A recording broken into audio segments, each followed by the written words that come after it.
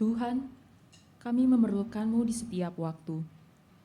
Engkau yang telah menuntun kami sampai hari ini, sehingga kami bisa hadir dalam ibadah ini. Biarlah lagu ini menjadi lagu persiapan kita untuk menghadap hadirat-Nya.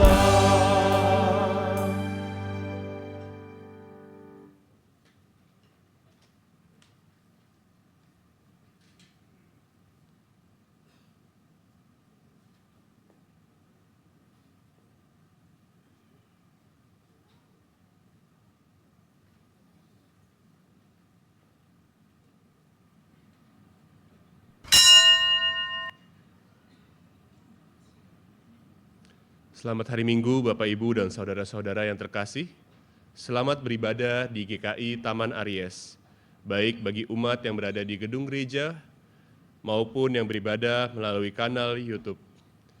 Minggu ini adalah Minggu Advent keempat dengan tema Yang Kecil yang Beroleh Kasih Karunia. Firman Tuhan akan dilayankan oleh Pendeta Sosam Eni Dampra Sebua dari GKI Rengas Dengklok. Majelis Jemaat GKI Taman Aries telah menerima permohonan atestasi dari Bapak Daniel Martua Siahaan, Ibu Anabel Kristi Vola, dan Saudara Jacob Levin Siahaan dari HKBP Tomang Barat yang beralamat tempat tinggal di Meruya Utara, wilayah 1. Selain itu, Majelis Jemaat GKI Taman Aries juga menerima permohonan atestasi dari Bapak Fajar Kalfiahia, Ibu Kristini Murni Mendrova, Saudari Kire Megan Aurora Kalvinhia, dan Saudara Vegard Xavier Zain Kalvinhia dari GKI Jati Asih dan bertempat tinggal di Meruya Utara. Apabila saat ini keluarga Bapak Daniel dan atau keluarga Bapak Fajar hadir secara onsite, kami mempersilahkan agar dapat maju ke depan untuk menerima buku anggota.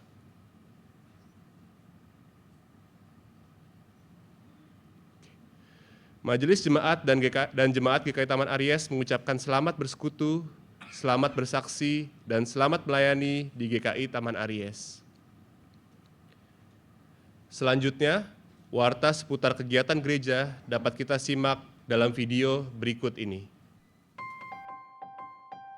Shalom umat terkasih, berikut ini rangkaian kegiatan Masa Raya Natal 2024 GKI Taman Aries.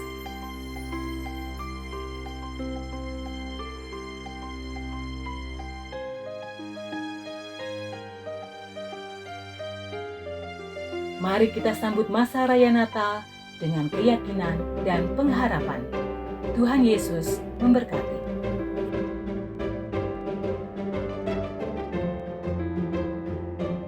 Di minggu terakhir masa Advent ini, kita dapat menuliskan kegelisahan akan diskriminasi yang disimbolkan dengan kertas berwarna hijau.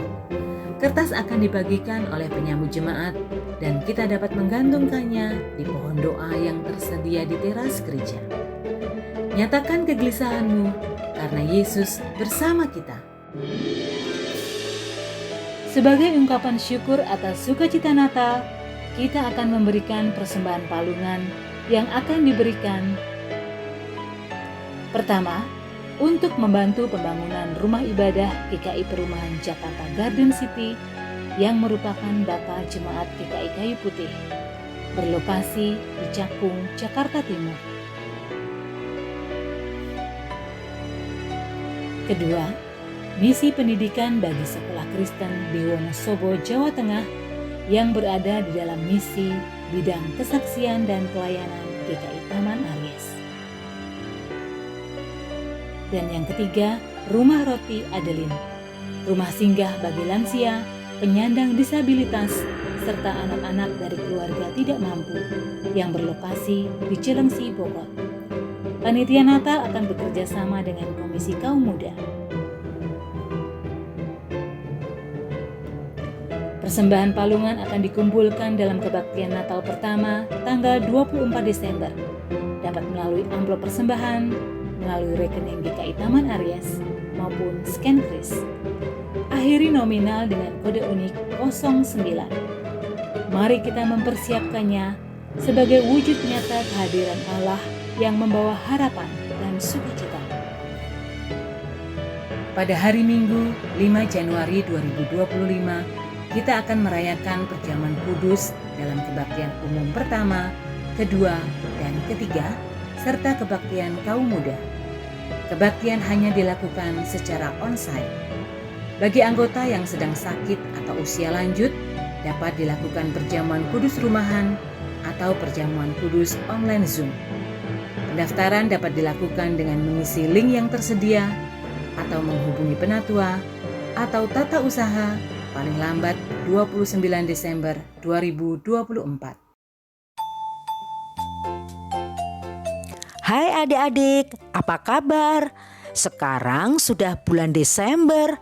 Wah, gak terasa ya sudah bulan Desember. Di bulan Desember ini ada hari yang istimewa. Pastinya kalian semua sudah tahu. Ya, hari Natal. Dan kita akan merayakan Natal bersama-sama. Ayo adik-adik, datang ya di perayaan Natal Sekolah Minggu GKI Taman Aries. Diadakan pada tanggal 25 Desember 2024, pukul 10 sampai pukul 11.30.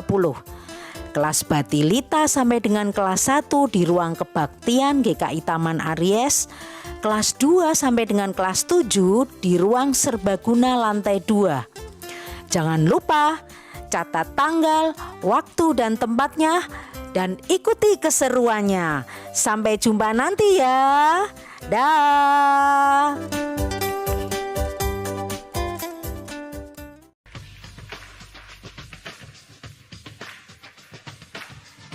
Yang Oma syukuri sampai hari ini, Tuhan masih mempercayakan Oma, memberi kekuatan untuk melayani kaum marginal, kaum orang-orang yang tidak tersentuh oleh orang lain, oleh pemerintah mungkin juga tidak tersentuh ya. Harapan Oma ke depan, RRA ini lebih banyak lagi bisa menjangkau jiwa-jiwa banyak yang tadinya tidak mengenal Tuhan, akhirnya mereka harus tahu siapa itu Juru Selamat. Kalian kondisi saat ini dalam keadaan sehat, keadaannya baik, tidak seperti keluarga besar rumah RRA yang sangat butuh sentuhan kasih. Ayo kalian anak muda bergerak selama waktu masih ada. Yuk, kita ikut kebaktian syukur di tahun yang baru bersama dengan teman-teman di Rumah Roti Adeline, tanggal 12 Januari 2025.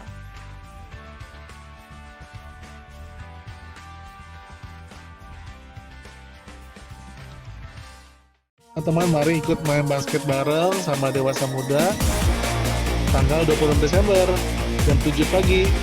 See you! Jadwal operasional klinik Pratama Karya Kasih sehubungan dengan Natal dan Tahun Baru. Klinik libur tanggal 24, 25, dan 26 Desember. 27 dan 30 Desember buka seperti biasa. Tanggal 31 Desember dan 1 Januari libur. Kembali buka tanggal 2 Januari 2025. Terima kasih. Demikian Warta Lisan hari ini. Keterangan selengkapnya dapat dilihat di Warta Jemaat. Mari kita siapkan hati untuk beribadah. Umat terkasih, kita akan menyalakan lilin Advent yang keempat. Lilin ini mengingatkan bahwa kasih Allah merangkul dan menopang setiap ciptaannya. Inilah kesaksian Maria, sebab ia telah memperhatikan kerendahan hambanya. Mulai dari sekarang, segala keturunan akan menyebut aku berbahagia. Ya Kristus, Sang Sumber Kasih, biarlah kasih-Mu memampukan kami merangkul sesama.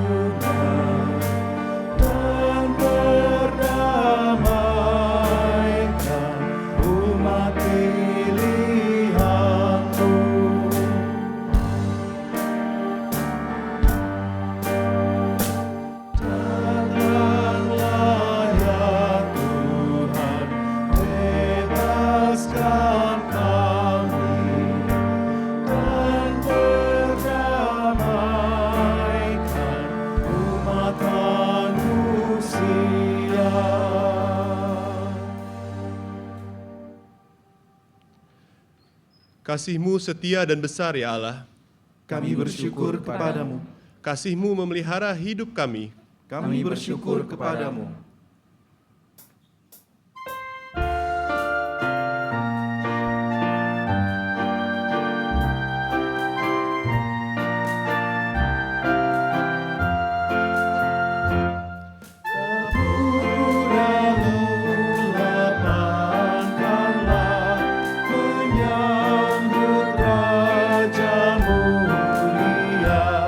Sang Maharaja semesta.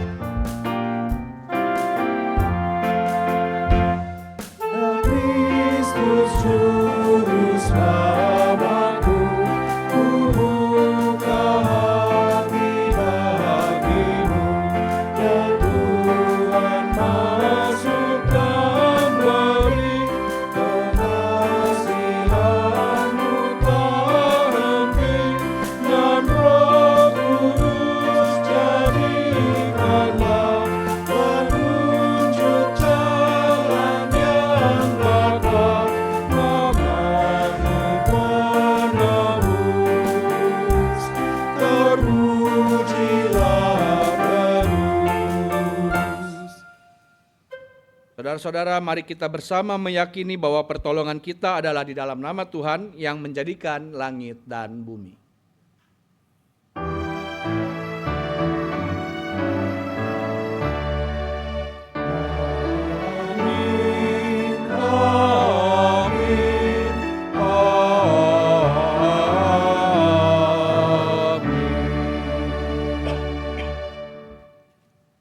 Tuhan beserta saudara. Dan beserta saudara juga.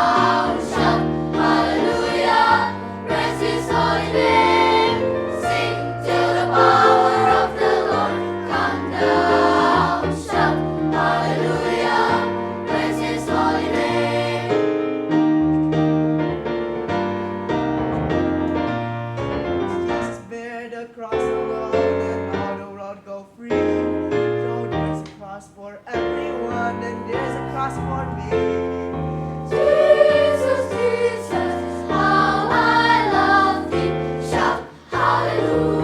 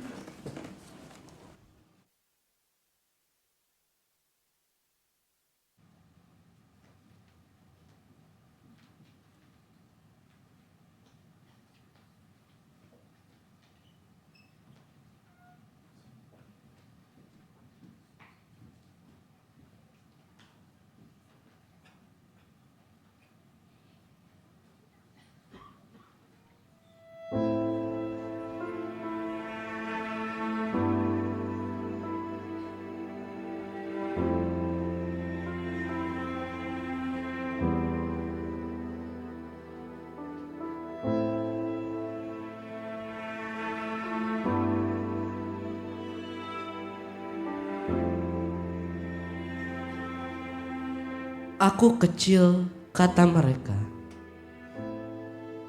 Engkau kecil juga. Aku tak punya suara. Tak bisa apa-apa, kata mereka. Engkau juga dibungkam, tapi diam-diam saja. Kita sama-sama dibuli, dirundung, dilecehkan, ditindas, dan dilindas, bukan? Yang kupikirkan ditolak, yang kurasakan didepak, yang kubuat disepak.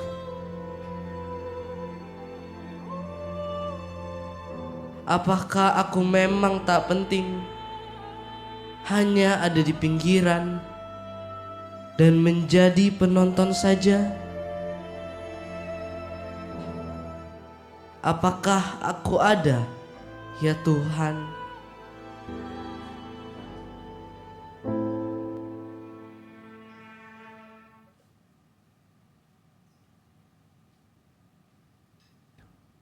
Umat kekasih Tuhan, jika kita merasa kecil dan tersingkir, renungkanlah.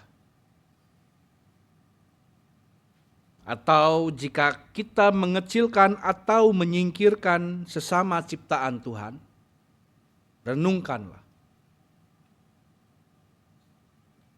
Atau jika engkau merasa baik-baik saja, renungkanlah.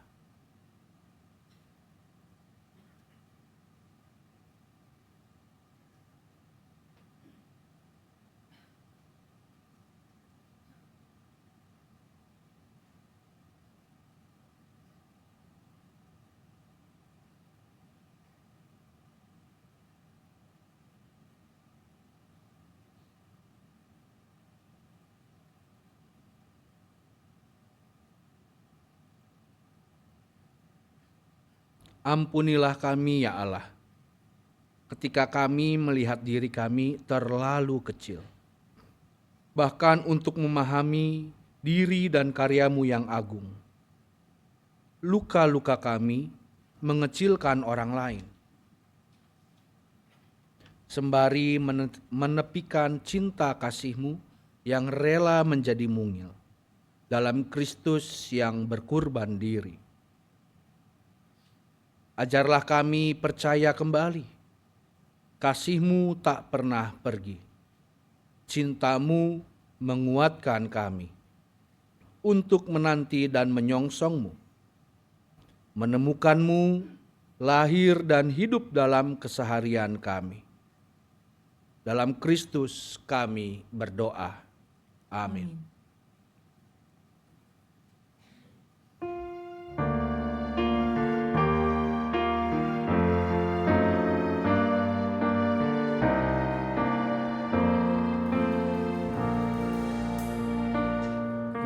Song bagaimana ya Yesus datangmu, Engkau terang buana, Kau surya hidupku, kiranya Kau penyuluh jalanku,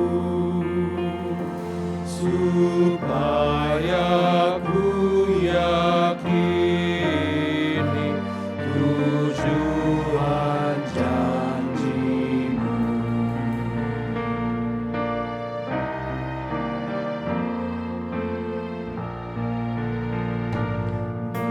Betapa Kau berkorban hendak menghiburku,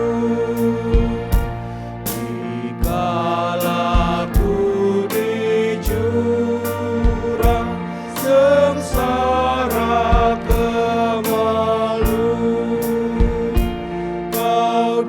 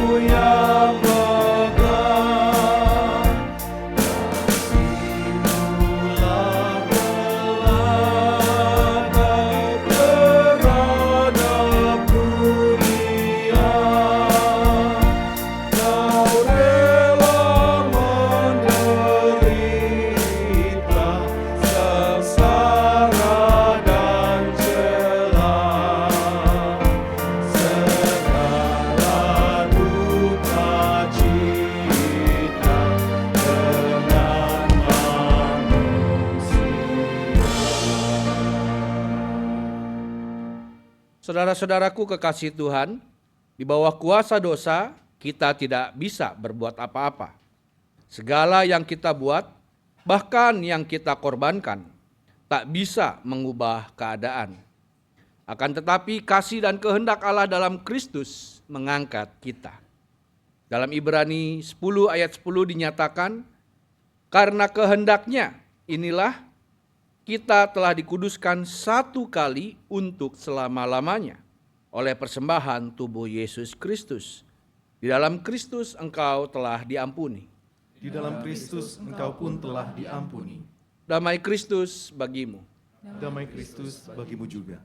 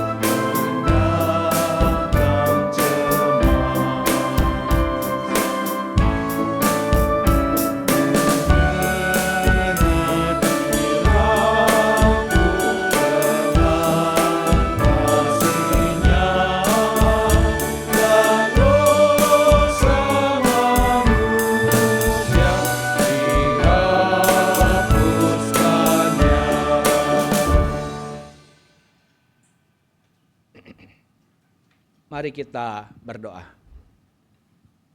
Allah Bapa di dalam surga, pada saat ini Tuhan, kami datang kepadamu, kami mau menyiapkan hati, pikiran, dan seluruh diri kami untuk menyambut firman Tuhan.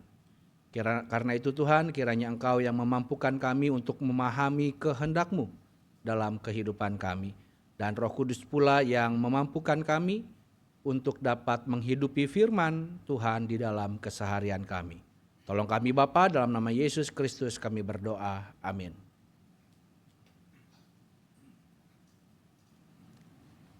Bacaan pertama menurut Mika pasal 5 ayat 2 sampai dengan 5. Raja Mesias dan penyelamatan Israel. Sebab itu, Ia akan membiarkan mereka sampai waktu perempuan yang sedang melahirkan telah melahirkan. Lalu selebihnya dari saudara-saudaranya akan kembali kepada anak-anak Israel. Ia akan teguh menggembalakan mereka dalam kekuatan Tuhan, dalam kemegahan nama Tuhan Allahnya. Mereka akan tetap, sebab sekarang kebesarannya akan sampai ke ujung bumi. Dia akan menjadi damai sejahtera. Apabila Asyur masuk ke negeri kita dan memasuki puri-puri kita, kita akan membangkitkan melawan dia 7 gembala, bahkan 8 pemimpin rakyat. Mereka akan menggiring negeri Asyur dengan pedang dan negeri Nimrod dengan pedang terhunus. Ia akan melepaskan kita dari Asyur apabila ia memasuki negeri kita dan menginjak wilayah kita. Demikianlah sabda Tuhan. Syukur pada Allah.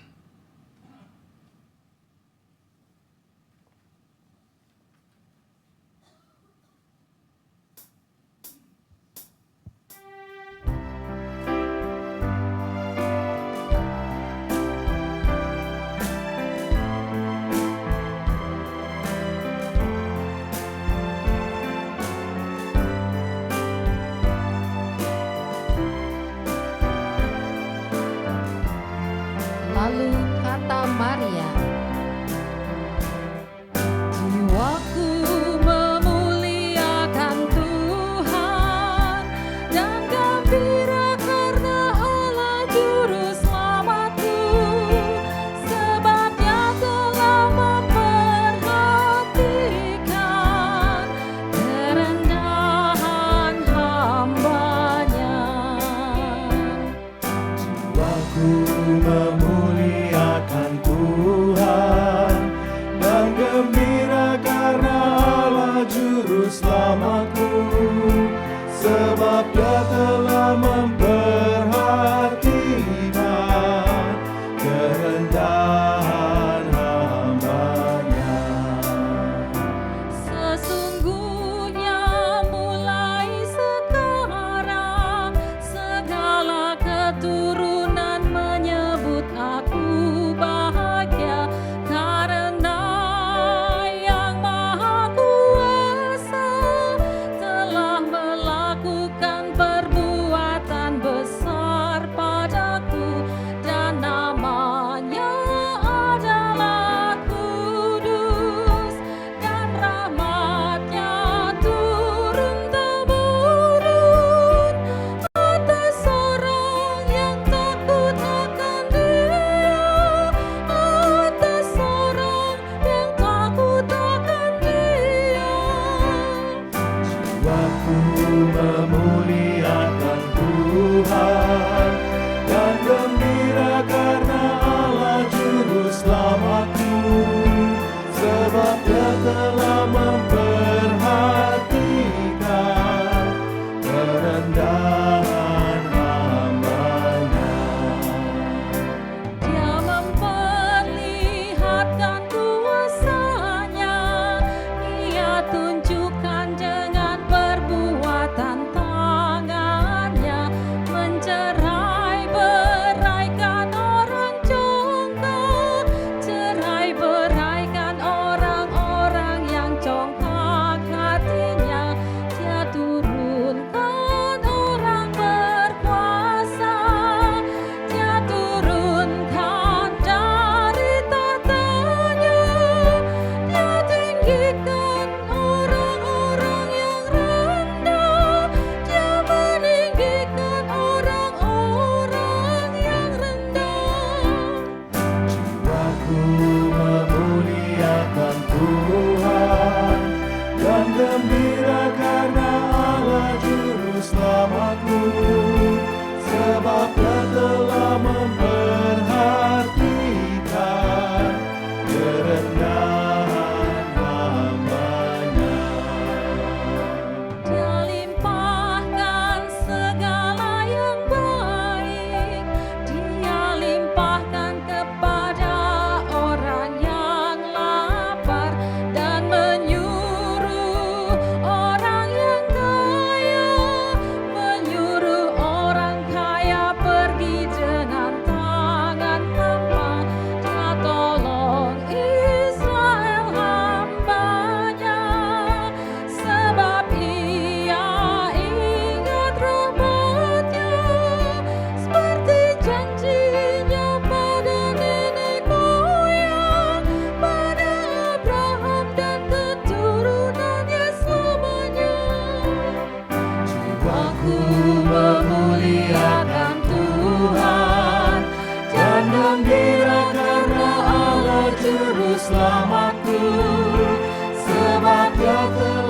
memperhatikan kerendahan hamba-Nya.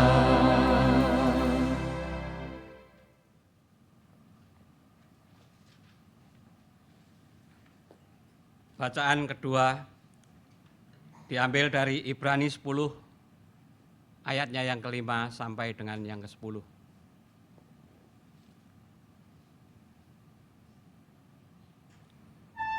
Karena itu, ketika ia masuk ke dunia, ia berkata, "Kurban dan persembahan tidak engkau kehendaki, tetapi engkau telah menyediakan tubuh bagiku. Kepada korban bakaran dan korban penghapus dosa, engkau tidak berkenan." Lalu aku berkata, "Sungguh, aku datang, seperti tertulis dalam gulungan kitab tentang aku, untuk melakukan kehendak-Mu, ya Allah." Di atas ia berkata, "Kurban dan persembahan, kurban bakaran dan kurban penghapus dosa, tidak engkau kehendaki, dan engkau tidak berkenan kepadanya, meskipun dipersembahkan menurut hukum Taurat." Kemudian katanya, "Sungguh, aku datang untuk melakukan kehendak-Mu." Yang pertama ia hapuskan untuk menegakkan yang kedua. Karena kehendak-Nya inilah kita telah dikuduskan satu kali untuk selama-lamanya oleh persembahan tubuh Yesus Kristus. Demikianlah sabda Tuhan. Syukur kepada Allah. Injil Tuhan Yesus Kristus menurut Lukas pasal 1 ayat 39 sampai 55.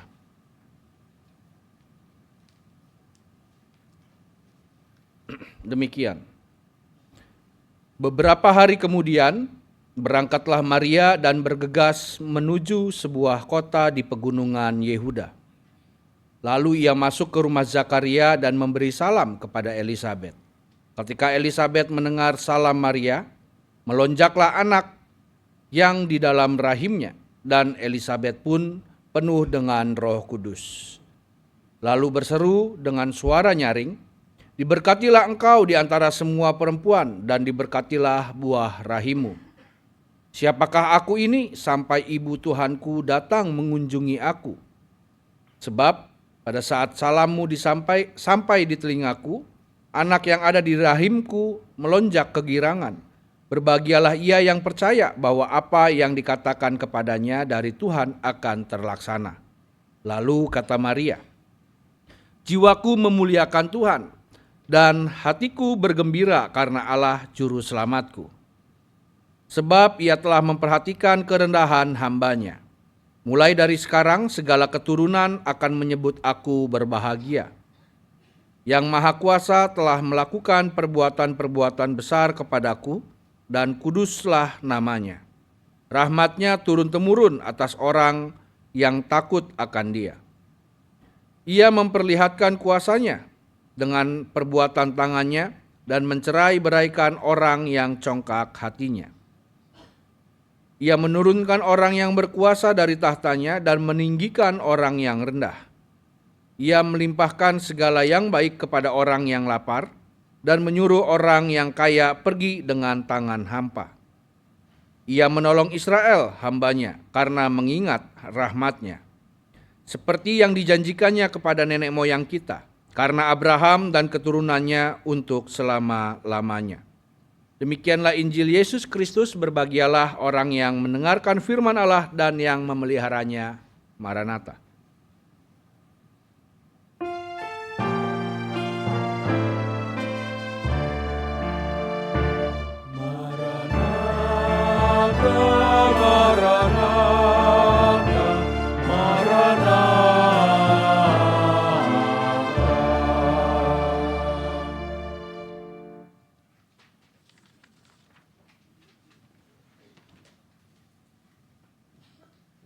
Saudara-saudara yang terkasih di dalam Tuhan Yesus Kristus, selamat pagi.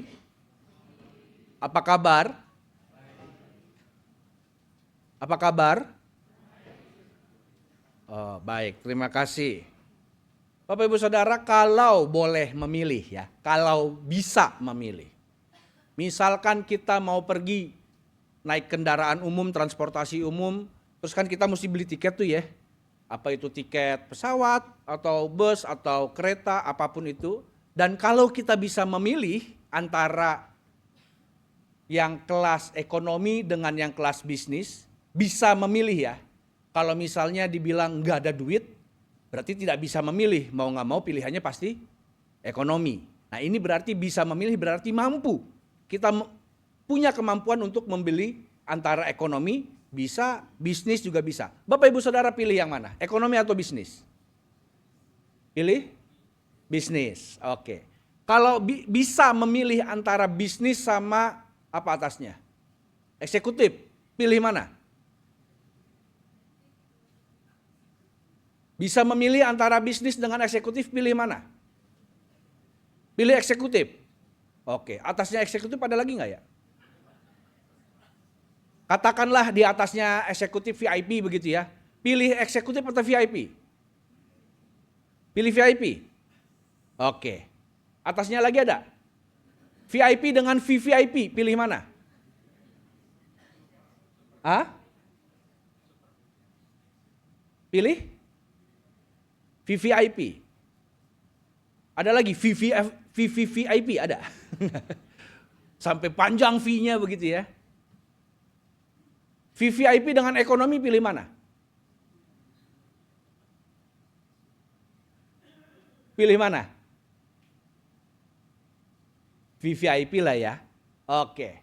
Nah Bapak Ibu Saudara, pilihan-pilihan kita tadi menggambarkan kita punya kecenderungan kalau bisa yang lebih baik, kenapa pilih yang kurang baik, begitu kan? Kalau ada yang luar biasa, kenapa pilih yang biasa? Dan itu juga biasanya kalau pilih pasangan kan begitu ya. Betul nggak? Kan kalau zaman dulu tuh ada apa tuh? Bibit, bobot, bebet. Bebet ya, bukan bobot ya. Bebet. Ya berarti kan kita memilih yang terbaik. Yang menurut kita itu yang paling oke, betul nggak? Dan itu memang cara berpikir kita pada umumnya Bapak Ibu Saudara. Dan bukan hanya kita, semua orang di dunia kebanyakan cara berpikirnya seperti itu. Bahkan bukan hanya dalam kehidupan sehari-hari, dalam kehidupan beriman juga seringkali demikian. Dan itu wajar. Sekarang saya mau tanya, siapa di sini yang mau diberkati Tuhan dengan luar biasa? Cung. Ini yang udah ikut kebaktian 1 kemungkinan gak bakal ngacung. Oke, cukup banyak ya. Sekali lagi saya belum lihat dengan keseluruhan. Yang mau diberkati Tuhan dengan luar biasa ngacung. Banyak ya. Oke, gak se-ekstrim kebaktian 1. Kebaktian 1 ada yang angkat tangannya sampai 2. Oke, mau diberkati Tuhan dengan luar biasa ya. Coba kita ulas sedikit. Apa sih artinya luar biasa? Oke, bayangkan seperti ini. Kalau istri saya tiap hari masakin saya tahu. Tiap hari masak tahu. Nah kalau tiap hari makan tahu itu bisa bikin darah tinggi Bapak Ibu Saudara. Betul. Tahu lagi, bosen. Bukan karena tahunya, karena bosennya. Nah bayangkan tiap hari istri saya masak tahu. 3 kali sehari, selama 30 hari, 1 bulan full, 3 kali sehari makan tahu. Segala macam masakan tahu, tahu apa aja tuh? Tahu goreng, tahu bacem, tahu apa lagi? Muntahu, apalagi sapo tahu, pokoknya segala macam tahu lah. Dari yang garing-garing tahunya sampai yang dipakai kuah-kuah dan segala macam tahu. Pokoknya intinya tahu 3 kali sehari selama 1 bulan full. Bosan gak tuh? Bosan ya. Tiba-tiba setelah 30 hari makan tahu terus, tahu isi lah, tahu gak ada isinya lah, tahu pong tahu apa lagi segala macam. Tiba-tiba istri saya masak daging babi. Langsung, wih. Kira-kira nih, mana yang biasa, mana yang luar biasa? Tahu atau daging babi yang luar biasa? Daging babi ya. Tahu dia anggap biasa. Begitu ya cara berpikirnya, betul? Nah, ya udah 30 hari makan tahu terus tiba-tiba makan daging babi. Wah, apa yang saya pikirkan kira-kira? Istri saya ulang tahun kah? Atau ini hari anniversary kok tiba-tiba masak daging babi, kan gitu ya? Biasanya kan tahu. Nah, ternyata bukan hanya hari itu makan tahu. Hari itu bukan hanya sekali makan tahu. Makan daging babi, maaf. Ternyata hari itu setelah 30 hari makan makan tahu, tiba-tiba 3 kali istri saya masak daging babi. Dan bukan hanya hari itu, tapi sampai 7 hari ke depan dan sampai 30 hari ke depan makan daging babi terus setiap hari. Sebutkan berbagai masakan babi lah. Babi kecap, babi cin, babi hong, babi apa lagi? Rica-rica, saksang, apa lagi? Segala macam babi lah.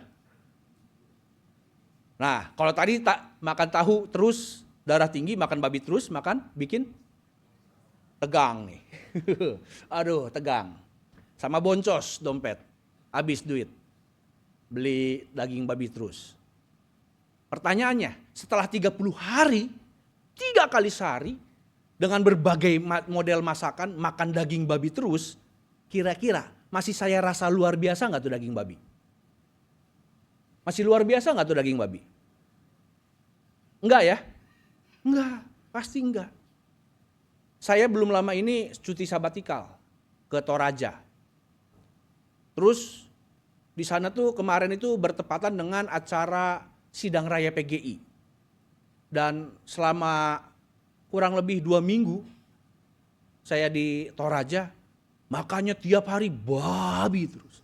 Dari yang saya rasa enak sampai saya rasa enek. Babi terus. Dimasak apa itu? Saya lupa lah, pokoknya ada masakan yang di dalam bambu begitu. Dari yang rasanya enak banget, wah saya lahap sampai hari-hari terakhir enak rasanya. Daging babi terus. Itu baru 2 minggu, ini bayangkan 1 bulan full makan daging babi terus. Kira-kira masih dirasa luar biasa enggak tuh? Enggak ya? Nah udah 30 hari, 3 kali sehari makan daging babi, tiba-tiba istri saya masak tahu lagi. Yang luar biasa mana? Daging babi atau tahu? Tahu jadinya ya, berubah ya. Jadi dengan kata lain Bapak Ibu Saudara, dari gambaran itu kita bisa melihat sesuatu disebut luar biasa itu bukan karena kualitas sebenarnya, tapi karena intensitas. Semakin sering, semakin biasa. Semakin jarang-jarang, semakin luar biasa. Betul ya? Jadi yang luar biasa itu adalah yang jarang atau sering? Jarang. Siapa mau diberkati Tuhan dengan luar biasa? Ngacung. Tadi banyak. Mana nih? Hilang. Wah gak mau. Gak mau diberkati Tuhan dengan luar biasa ya. Karena baru sadar. Oh ternyata berarti diberkati dengan luar biasa itu artinya diberkatinya jarang-jarang. Itu yang seringkali kita lupakan Bapak Ibu Saudara. Betul ya? Kita pengennya tuh cari berkat yang luar biasa, yang wow, yang hebat. Sehingga kemudian ya tidak salah kemudian kalau dibilang, oh males ibadah di GKI, gereja kurang iman. Gak ada Roh Kudusnya, gak ada mujizatnya. Biasa aja kebaktiannya membosankan. Ada orang-orang yang berpikir demikian, betul gak? Ada. Dan bahkan mungkin, saya tidak tahu, mungkin kita pernah berpikir seperti itu. Tuhan kayaknya hidupku biasa-biasa aja. Katanya engkau luar biasa Tuhan. Katanya engkau dahsyat. Tapi ya kayaknya hidupku dari dulu gini-gini aja. Gak berubah-berubah. Nah Bapak Ibu Saudara yang terkasih, firman Tuhan hari ini justru mau mengingatkan kita bahwa Allah yang luar biasa itu, yang megah, yang hebat, yang dahsyat itu ternyata bisa hadir dalam hal-hal yang biasa. Contoh nyata. Nih, dari tadi ada yang mikir nggak? Ada yang sadar secara sadar menyadari bahwa kita itu bernafas? Ada? Saya yakin tidak ada. Sebelum saya bicara, Bapak Ibu Saudara nggak ada yang sambil dengar khotbah sambil saya napas, tarik, hembus, tarik, hembus, nggak ada. Karena napas kita matic manual. Matic ya. Ada yang napasnya manual di sini? Nggak ada. Napas manual itu gimana? Yang namanya manual itu berarti mesti sengaja. Betul ya? Kalau yang matic itu kan nggak harus sengaja. Nggak harus begitu, otomatis. Ya kan? Dan yang namanya matic itu nggak bakal lupa. Kalau manual bisa lupa. Nggak ada kan di sini yang pernah mengalami ada orang yang lupa napas? Oh kenapa sesak? Lupa bernafas. Nggak ada. Jantung kita matic manual. Matic ya. Nggak perlu diperintahkan untuk berdetak, otomatis berdetak. Sampai-sampai kita nggak sadar, kita nggak pakai mikir, kita nggak sadari itu. Betul nggak? Nah, contoh yang lain. Nafas udah, jantung udah, sistem pencernaan kita. Matic manual. Yo, coba tebak. Matic atau manual? Sistem pencernaan kita? Matic. Salah. Manual? Juga salah. Sistem pencernaan kita hybrid. Plat biru. Sistem pencernaan itu kan mulai dari ngunyah, nelan, ya kan? Itu matic manual. Manual. Nggak ada yang orang nggak sengaja otomatis nelan ngunyah itu nggak ada. Taruh makanan di depannya otomatis sup, tahu-tahu udah terkunyah dan tertelan, nggak ada. Pasti sengaja, ya kan? Aduh, kenapa makanan habis? Aduh, sorry nggak sengaja, otomatis terkunyah dan tertelan. Nggak mungkin, pasti sengaja ya. Berarti manual tuh. Begitu sudah ditelan, ganti mode tuh jadi matic, betul ya? Gerakan ada apa namanya gerak peristaltik gitu ya katanya. Saya juga nggak begitu paham. Pokoknya gerak peristaltik yang membuat apa yang kita telan itu turun tuh. Turun masuk ke sistem pencernaan yang berikutnya. Itu otomatis tuh. Masuk ke lambung, ke usus dan seterusnya dan seterusnya. Nggak ada orang yang manual mencernanya. Habis makan terus diem gitu konsentrasi. Ngapain bro? Lagi mencerna makanan. Nggak ada. Ntar dulu saya lagi konsentrasi mencerna makanan. Nggak ada. Otomatis. Ya kan? Begitu sudah selesai dicerna, apakah masih terus matic? Enggak ya. Berubah mode jadi manual lagi. Bayangkan kalau matic terus. Repot nggak? Repot ya. Selesai dicerna langsung buang. Minum dicerna langsung cer. Makan dicerna langsung buang. Wah repot. Nah Bapak Ibu Saudara pernah nggak memikirkan secara serius dengan sadar bahwa Tuhan sudah memprogram tubuh kita mana yang matic, mana yang manual dengan begitu sempurna. Pernah nggak mikir sampai ke situ? Enggak kan? Ya udah itu otomatis aja kita anggap sesuatu yang ya biasa. Sehingga kita bahkan nggak menganggap bahwa Tuhan hadir dalam setiap gerakan bagian yang otomatis dan yang matic di dalam tubuh kita. Nah Bapak Ibu Saudara, ini menunjukkan bagaimana kita seringkali menganggap bahwa yang namanya Tuhan yang luar biasa itu seharusnya karyanya juga dirasakan secara luar biasa juga. Itu yang seringkali membuat kita gagal sebagai orang beriman, Bapak Ibu Saudara. Ada cerita tentang seorang nenek begitu ya. Katakanlah nenek ini tinggal di daerah yang rawan banjir begitu. Tiap tahun musim hujan kayak hari ini nih hujan pasti banjir. Nah si nenek ini karena memang udah kawasannya udah ketahuan sering banjir pasti oleh pemerintah setempat setiap tahun pasti akan diungsikan ke daerah yang lebih layak begitu ya. Tapi ya selayak-layaknya daerah pengungsian pasti nggak enak. Kan gitu ya. Belum udah capek-capek di daerah pengungsian, begitu pulang mesti beberes rumah, bersihin lumpur dan sebagainya. Nah nenek ini sebagai orang beriman, dia berdoa sama Tuhan. Tuhan, tahun ini tolong aku dari banjir. Aku percaya Tuhan akan mendengar doaku. Tuhan, aku capek kalau harus ngungsi lagi.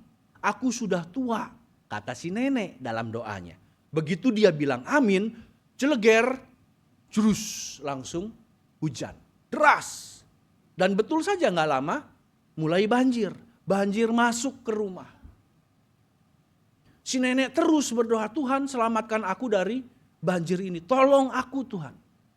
Ketika banjir sudah sampai selutut, datanglah Pak RT mengajak warga untuk mengungsi. Warga seperti biasa, yuk ngungsi yuk, kata Pak RT. Kata si nenek, oh tidak, saya tidak mengungsi Pak RT. Saya sedang menunggu pertolongan Tuhan, saya percaya Tuhan akan menolong saya. Banjir makin tinggi, hujan tidak reda. Banjir sudah mulai sepinggang orang dewasa. Yang datang sekarang Pak RW, bukan lagi Pak RT. Pak RW mengajak warga yang belum sempat mengungsi untuk mengungsi. Dia lihat, "Nek, ayo kita mengungsi." Si nenek diam, terus dia berpikir, jangan-jangan ini adalah godaan untuk mengabaikan pertolongan Tuhan. Tidak, aku tidak tergoda. Aku yakin Tuhan akan menolongku. Tuhan sedang menguji imanku, kata si nenek. Ya Pak RW pun pergi. Terus banjirnya reda tidak? Tidak, makin tinggi. Sekarang sudah mulai sedada orang dewasa. Pak RT, Pak RW udah mengungsi. Yang datang tim SAR pakai perahu karet. Cipak, cipuk, cipak, cipuk. Datang mencari warga yang masih belum mengungsi. Ketika mereka lihat nenek, diajaklah si nenek mengungsi. Naik ke atas perahu karet. Dalam hati si nenek, wah godaannya makin kuat. Kata si nenek, pergi kau iblis, aku tidak akan tergoda. Tim SAR dengan sakit hati pergi. Banjir makin tinggi. Ternyata banjir bandang nih, gitu ya.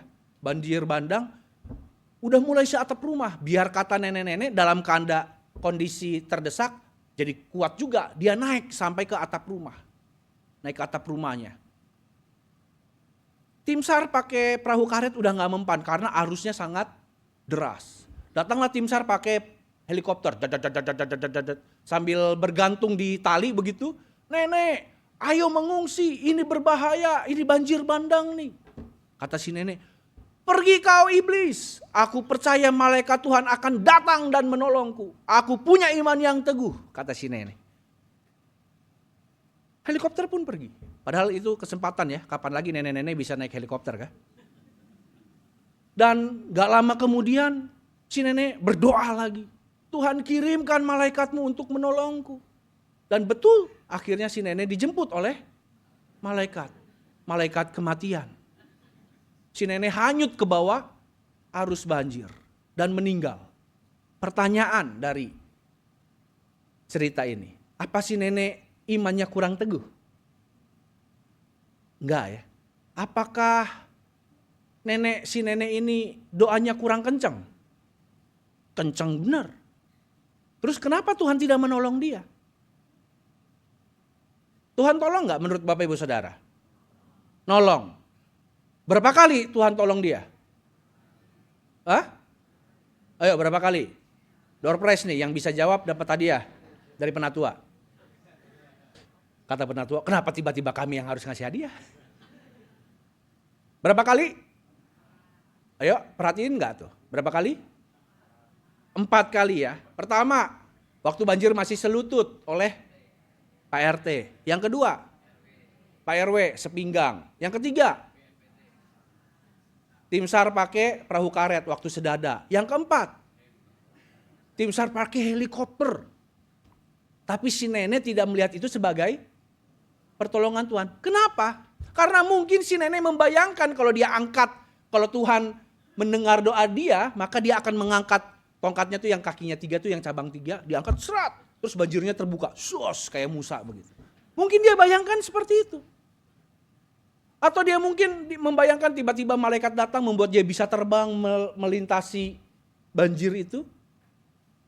Intinya dia berpikir bahwa Tuhan akan menolong dia dengan cara yang dia inginkan.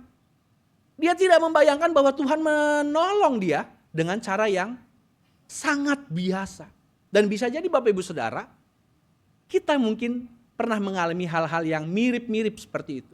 Ketika kita berdoa dengan sungguh kepada Tuhan, tapi kemudian kita merasa, Tuhan tidak mendengar doaku. Tuhan tidak menjawab doaku. Mungkin aku kurang oke di mata Tuhan. Mungkin aku bukan siapa-siapa di mata Tuhan. Sehingga doaku diabaikan oleh Tuhan. Ini yang jadi masalah Bapak Ibu Saudara. Bisa jadi sebenarnya bukan Tuhan mengabaikan kita. Tapi sebenarnya kita yang mengabaikan Tuhan. Karena kita mengurung Tuhan dengan cara berpikir kita. Kita membatasi cara Tuhan berkarya.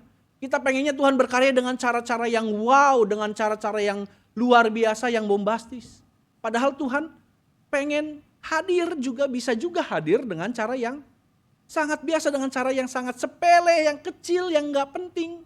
Yang kita anggap gak penting, tapi ternyata di situ Tuhan hadir. Dan firman Tuhan hari ini mengingatkan kita akan hal itu Bapak Ibu Saudara. Ketika Elisabet ini siapa sih? Mamanya Yohanes Pembaptis ya. Ketika Elisabet dikunjungi oleh Maria. Ketika Maria mengucapkan salam pada Elisabet, tiba-tiba bayi yang dikandung si Yohanes Pembaptis yang masih jabang bayi itu melonjak. Dan apa kata Elisabet di ayat 43 dikatakan begini, Lukas 1 ayat 43 yang menjadi bacaan Injil kita. Siapakah aku ini sampai ibu Tuhanku datang mengunjungi aku? Kita seringkali merasa begitu kecil. Siapa sih aku ini? Aku bukan siapa-siapa. Aku ini orang yang gak penting. Gitu ya. Dan mungkin kita merasa seperti itu ya karena tadi cerita tadi. Karena kita merasa Tuhan tidak mendengar doaku, Tuhan tidak menjawab doaku, Tuhan tidak mengindahkanku. Dan ternyata masalahnya bukan karena itu. Masalahnya adalah karena kita yang justru membatasi Tuhan. Tuhan hadir, bahkan mungkin Tuhan hadir tepat di depan kita, tapi kita tidak mampu melihat kehadiran Tuhan itu. Ada cerita lain Bapak Ibu Saudara. Boleh ya cerita-cerita, saya suka cerita. Ini cerita true story, kesaksian dari anggota jemaat saya. Kalau tadi nenek-nenek, ini ibu-ibu. Ibu-ibu ini cerita begini pada suatu kesempatan. Pak Pendeta, saya mau cerita, mau kesaksian. Apa Bu? Saya mau memberi kesaksian bahwa Tuhan itu begitu baik dalam kehidupan saya. Oh ya, kenapa Bu? Ibu baru sembuh dari sakit? Enggak. Kenapa Bu? Ibu habis dapat duit bermiliar-miliar? Enggak.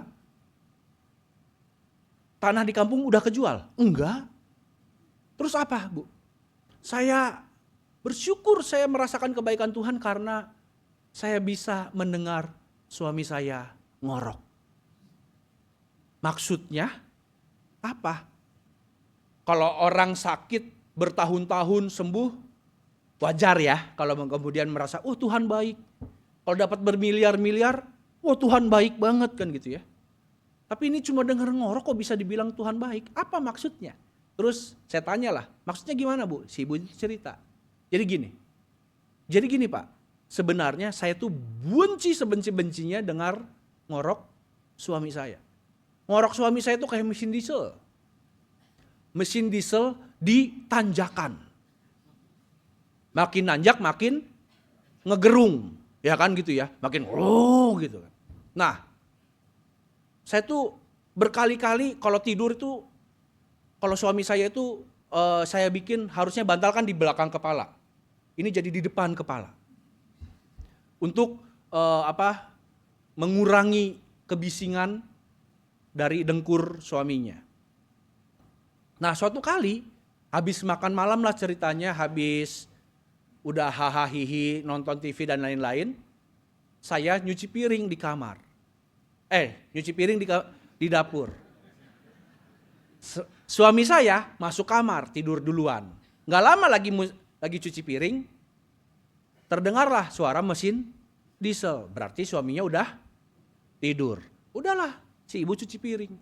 Tengah cuci piring, tiba-tiba grok, grok, grok. Diem. Ditunggu. Kok nggak lanjut? Alah, si bapak udah berhenti nih napasnya nih. Dia langsung taruh itu piring, dia lari ke kamar. Sampai di pintu kamar tiba-tiba bunyi grrrr. Ada ya yang begitu ya? Yang kalau ngoroknya itu ngegas terus, tiba-tiba nyangkut, grok. Terus diem bisa semenit gitu ya. Semenit diem baru grrrr lagi. Ada yang ngoroknya begitu? Ini yang ketawa-ketawa biasanya pengalaman pribadi. Nah, semenjak itu Pak, kata si ibu itu, saya langsung bersyukur banget. Wah, berarti saya masih bisa dengar ngorok suami saya, berarti suami saya masih hidup. Semenjak itu Pak, saya mendengar ngorok suami saya, di telinga saya terdengar seperti nyanyian rohani. Ketawa nih, lucu ya. Tapi ini indah Bapak Ibu Saudara. Bayangkan ngorok bisa didengar seperti nyanyian rohani. Karena bagi si ibu, ngorok suaminya adalah tanda bahwa Tuhan masih kasih hidup. Saya masih boleh ketemu sama suami saya. Sebenarnya ini indah Bapak Ibu Saudara. Indah gak sih? Indah loh. Gak semua orang bisa punya kacamata iman yang seperti itu. Suami-suami mampukah bahwa bapak nih mendengar omelan bawelan istrinya sebagai nyanyian rohani? Susah ya. Jangan-jangan karena sudah terlalu terbiasa, bukan sebagai nyanyian rohani. Ya ini mah seperti udah di mute aja lah. Udah gak kedengeran apa-apa kalau istri udah mulai ngomel begitu. Jangan-jangan seperti itu. Jangan-jangan kita sudah terlalu terbiasa dengan suami istri kita, dengan keluarga kita. Sampai-sampai bosen jangan-jangan. Siapa yang bangun pagi tadi ngelihat wajah suaminya, ngelihat wajah istrinya, berdoanya langsung, terima kasih Tuhan saya masih bisa ngelihat wajah suami saya, masih bisa ngelihat wajah istri saya. Atau jangan-jangan berdoanya, Tuhan kenapa masih dia? Ganti yang rada mudaan kayak dikit. Begitu buka mata, langsung yang dilihat keriputnya. Bapak Ibu Saudara, menurut saya ini adalah kemampuan beriman yang sangat diperlukan. Kalau kita mau merasakan kehadiran Tuhan. Kalau kita terus mencari sesuatu yang besar, sesuatu yang hebat, sesuatu yang luar biasa, percayalah, maka kita akan merasa miskin di dalam iman kita. Rohani kita akan menjadi kering. Karena kita hanya mencari yang besar, yang luar biasa tadi. Sementara yang namanya yang luar biasa itu berarti kan jarang atau sering? Jarang kan? Jarang. Sehingga akhirnya kita menjadi jarang mengalami karya Tuhan dalam hidup kita. Dan firman Tuhan hari ini justru menunjukkan kepada kita bahwa Tuhan bisa juga loh berkarya dengan hal yang kecil. Melalui Elizabeth, melalui Maria yang cuma ibu-ibu reguler. Ibu-ibu biasa. Bukan orang yang hebat-hebat amat. Memang si Elizabeth istrinya imam. Tapi dia itu sebelum dia mengandung Yohanes Pembaptis, dia itu dianggap mandul. Sehingga dia dianggap, gak hebat. Kamu di bawah standar. Nah kira-kira begitu Bapak Ibu Saudara. Dan di dalam bacaan kita yang pertama di dalam kitab Mika, Nabi Mika itu Bapak Ibu Saudara adalah orang yang berasal dari kalangan kelas bawah. Orang biasa-biasa aja. Bahkan dia bergaulnya lebih banyak dengan orang-orang yang wong kere, orang-orang kecil, orang-orang yang dianggap biasa aja. Bukan di kalangan elit. kalau kayak Nabi Yesaya itu dia dari kalangan elit dan bergaulnya di kalangan elit dengan raja dan lain-lain. Nabi Mika enggak. Dan kemudian justru karena dia bergaul dengan orang-orang kecil itulah maka dia bisa mendengarkan apa sih yang dirasakan oleh masyarakat kecil. Dan dia yang kemudian malah menubuatkan bahwa dari daerah yang kecil, daerah yang tidak dianggap di seluruh kerajaan Israel, disitulah akan hadir seseorang yang akan memerintah Israel. Dia berbicara tentang Bethlehem, tempat kelahiran Yesus Kristus. Nah Bapak Ibu Saudara yang terkasih, Nabi Mika tidak menganggap Bethlehem sebagai kota kecil yang gak ada artinya. Yang kecil yang tidak ada artinya di hadapan manusia bisa menjadi sebuah tempat yang besar, yang hebat bagi Tuhan. Karena tidak ada yang terlalu kecil bagi Tuhan untuk dapat menerima kasih-Nya yang luar biasa. Maka dari situ Bapak Ibu Saudara kita bisa melihat dua hal ya. Firman Tuhan hari ini berkata pada diri kita sendiri. Jangan pernah melihat diri kita terlalu kecil. Fakta bahwa ya memang kita kecil di hadapan Tuhan tidak membuat kita menjadi terlalu kecil sehingga nggak kelihatan oleh Tuhan. Tidak. Jangan pernah menganggap diri kita terlalu rendah. Karena ini yang seringkali dijadikan alasan. Wah saya tidak layak. Saya terlalu kecil. Saya bukan siapa-siapa. Jadi jangan pilih saya sebagai penatua. Ada yang pernah pakai itu sebagai alasan? Ketika dilawat oleh majelis jemaat diminta untuk jadi penatua. Wah jangan saya nggak bisa. Saya nggak mampu. Yang lain aja. Tadi giliran siapa yang mau dapat berkat luar biasa, cung tinggi. Ini lagunya ya itu tuh. Giliran dapat berkat, ini aku utus dia. Susah tuh yang begitu tuh. Giliran dapat berkat, ini aku Tuhan. Giliran diminta untuk melayani, utus dia. Jangan aku. Aku mah siapa? Aku bukan siapa-siapa. Seringkali kita merasa seperti itu. Kita berpikir aku terlalu rendah, aku terlalu kecil. Tapi ingat tadi, tidak ada yang terlalu kecil di hadapan Tuhan sampai gak kelihatan. Kan kalau kecil itu kan biasanya gak kelihatan ya. Gak ada yang sampai terlalu kecil sampai gak kelihatan oleh Tuhan sehingga diabaikan. Tidak ada Bapak Ibu Saudara. Kasih Tuhan yang begitu besar itu menjangkau semua. Termasuk kita. Jadi kalau Bapak Ibu Saudara merasa punya kegelisahan, merasa punya perasaan yang aku bukan siapa-siapa, aku tidak layak dan lain-lain, maka singkirkan perasaan itu. Bahkan panitia Natal memfasilitasi kita bisa menuliskannya dan menggantungkannya di pohon doa ya, pohon doa. Dan nanti kita akan doakan bersama-sama segala kegelisahan itu. Dan yang kedua Bapak Ibu Saudara, selain jangan melihat diri kita kecil, kita juga jangan melihat orang di sekitar kita, bahkan situasi di sekitar kita sebagai hal yang kecil dan sepele. Ingat tadi, bahwa Tuhan bisa berkarya dalam hal-hal yang biasa sekalipun, yang gak penting sekalipun, ternyata Tuhan hadir bisa di situ. Yang kita anggap sangat biasa, Tuhan bisa hadir di situ. Karena kan orang biasanya bersikap pada orang lain tuh ngelihat dulu nih, orang ini di atas saya, setara atau di bawah saya. Kalau dia di atas saya akan menunduk gitu ya. Oh iya. Tapi kalau ini orang di bawah saya secara strata sosial, kelas ekonomi dan lain-lain. Wah, kamu siapa? Kamu harus nurut bla bla bla bla dan seterusnya. Jangan menganggap orang lain kecil. Justru Tuhan menginginkan kita hadir bagi orang-orang yang kecil dan terpinggirkan, yang tidak terlihat itu. Dan itu yang kita lakukan sebenarnya Bapak Ibu Saudara. GKI secara khusus, GKI Taman Aries tadi kalau kita perhatikan di tayangan warta,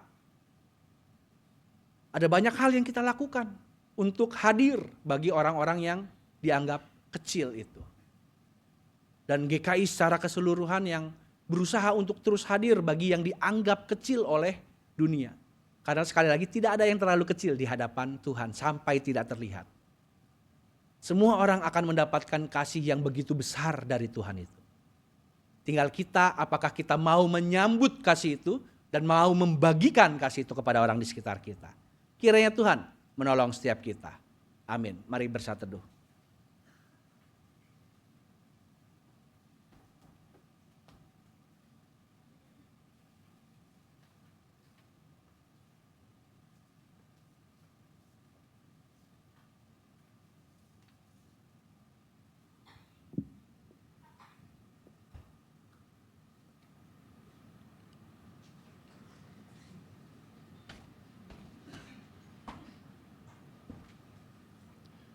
Marilah kita bersama dengan umat Allah di masa lalu, masa kini, dan masa depan, mengingat janji baptisan kita dengan mengikrarkan pengakuan iman rasuli. Aku percaya kepada Allah, Bapa yang Maha Kuasa, Khalik langit dan bumi, dan kepada Yesus Kristus, Anak yang tunggal Tuhan kita, yang dikandung dari Roh Kudus, lahir dari anak darah Maria, yang menderita sengsara di bawah pemerintahan Pontius Pilatus, disalibkan, mati dan dikuburkan, turun ke dalam kerajaan maut. Pada hari yang ketiga, bangkit pula dari antara orang mati, naik ke surga, duduk sebelah kanan Allah, Bapa yang Maha Kuasa, dan dari sana Ia akan datang untuk menghakimi orang yang hidup dan yang mati. Aku percaya kepada Roh Kudus, gereja yang kudus dan am, persekutuan orang kudus, pengampunan dosa, kebangkitan orang mati, dan hidup yang kekal. Amin.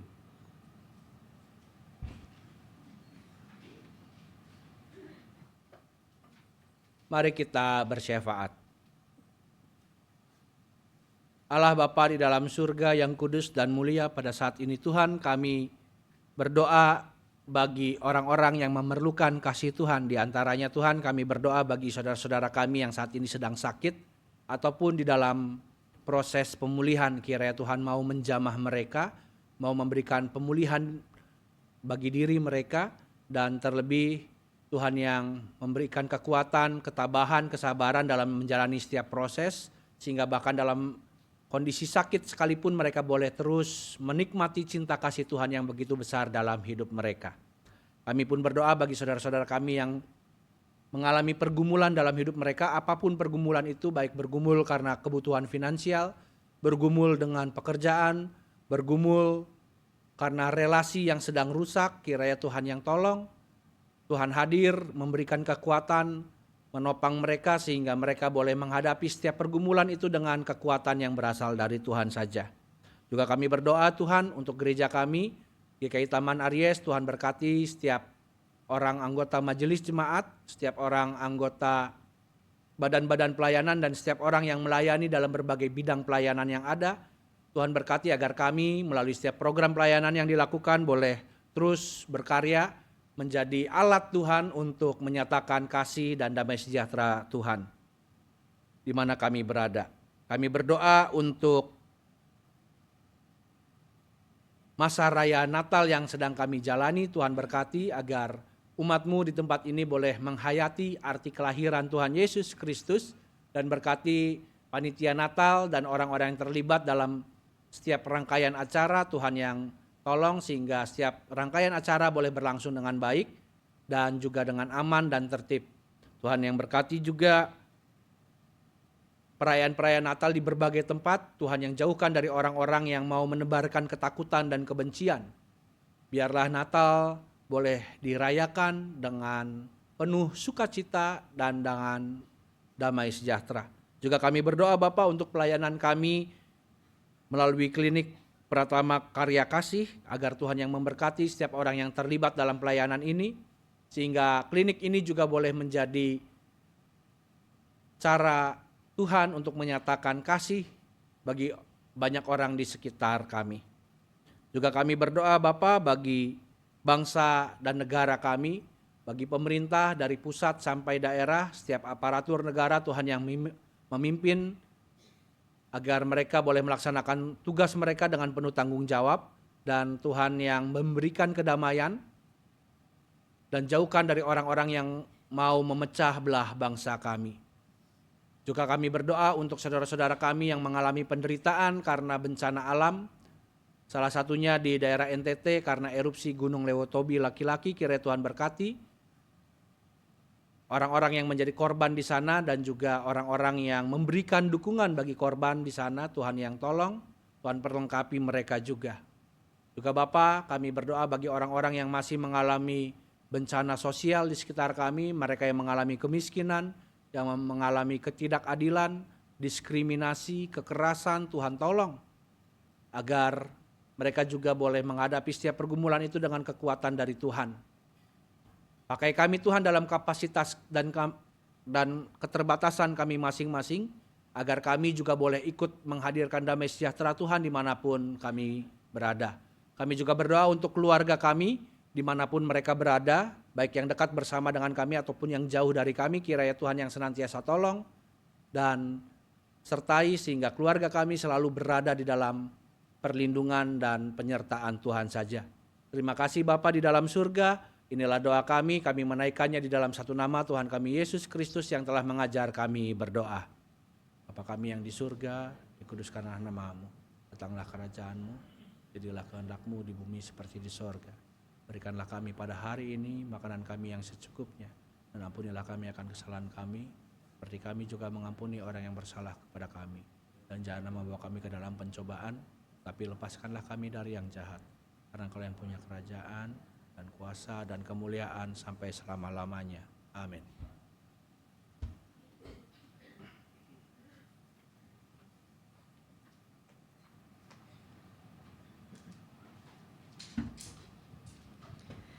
Saudara-saudaraku, kekasih Tuhan, kita memang tidak selalu bisa mencukupi tuntutan dunia ini. Mungkin oleh karena itu kita merasa kecil dan tak berdaya. Akan tetapi Lukas 1 ayat 50 mengingatkan, rahmat-Nya turun-temurun atas orang yang takut akan Dia. Mari kita bersyukur oleh karena iman kita yang Tuhan pelihara dan perbuatannya yang merahmati hidup kita.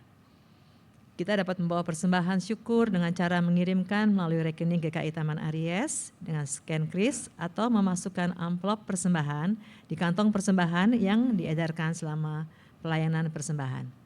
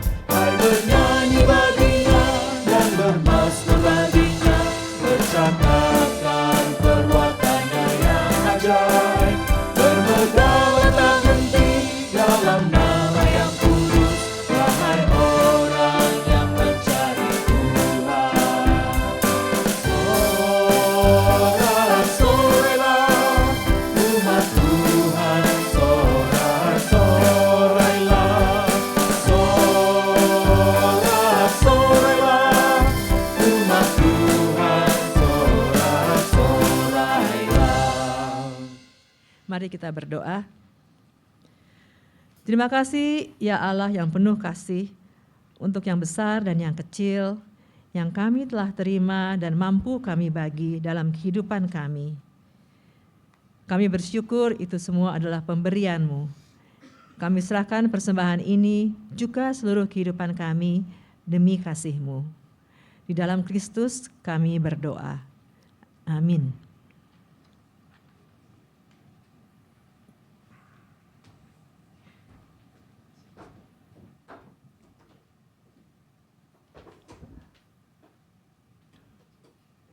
Umat kekasih Tuhan, nantikanlah Tuhan yang peduli pada yang tersisih, yang memberi anugerah bagi yang terpinggir, dan jadilah pribadi yang berani terbuka untuk berbagi cinta.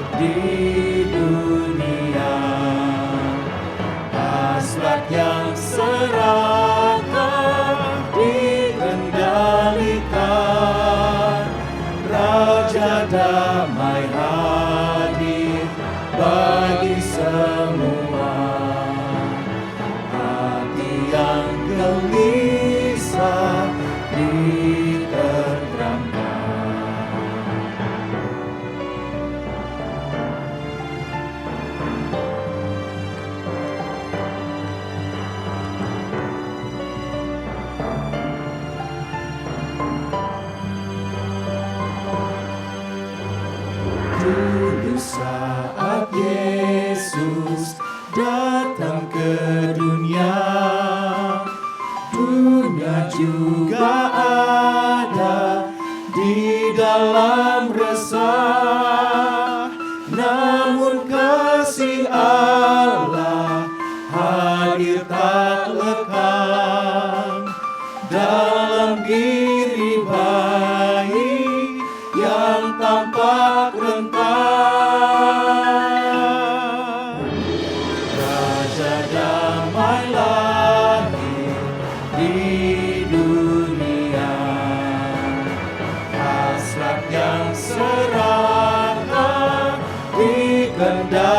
Dikendalikan, Raja damai hadir bagi semua.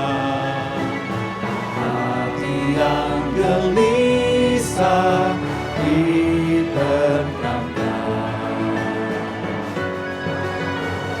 Raja damai lahir di dunia. Hasrat yang serakah dikendalikan. Raja damai hadir bagi semua. Hati yang gelisah ditentramkan.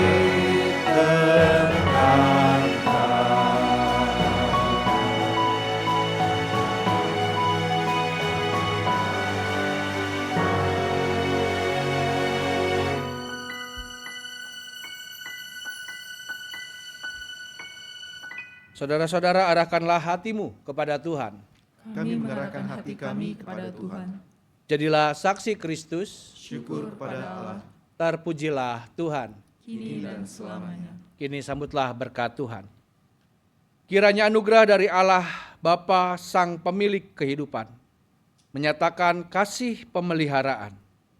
Kiranya cinta kasih Kristus Sang Raja Damai menghidupkan kasih yang tak terbatas.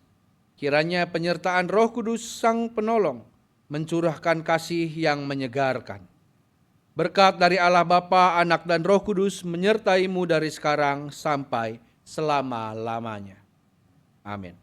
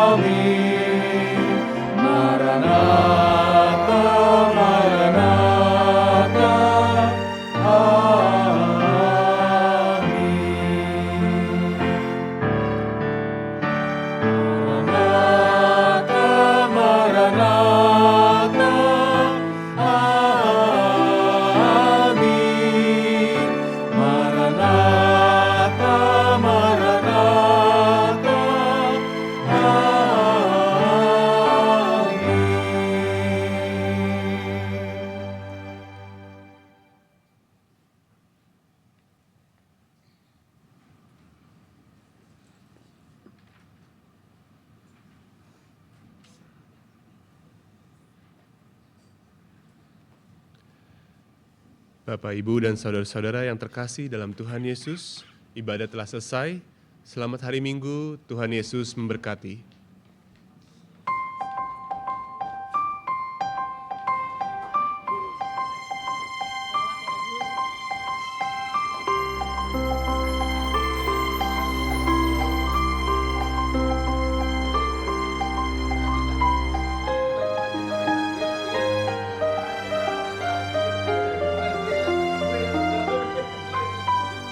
Dunia telah berubah begitu cepat, tak mampu manusia rancang langkahnya.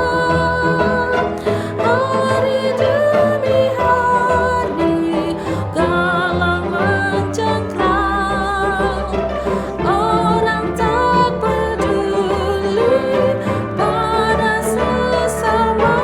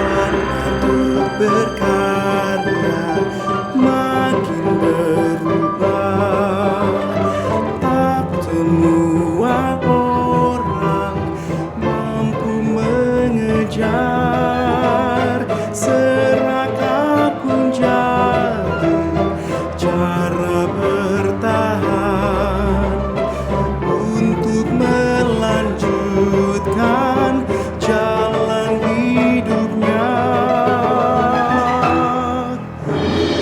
Raja damai lahir di dunia, hasrat yang serakah dikendalikan.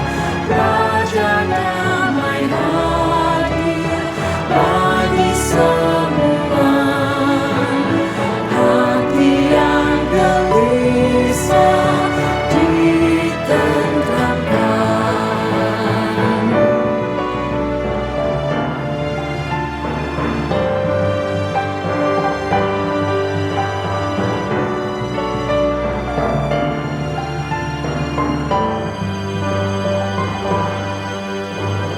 Dulu saat Yesus datang ke dunia, dunia juga ada di dalam dosa.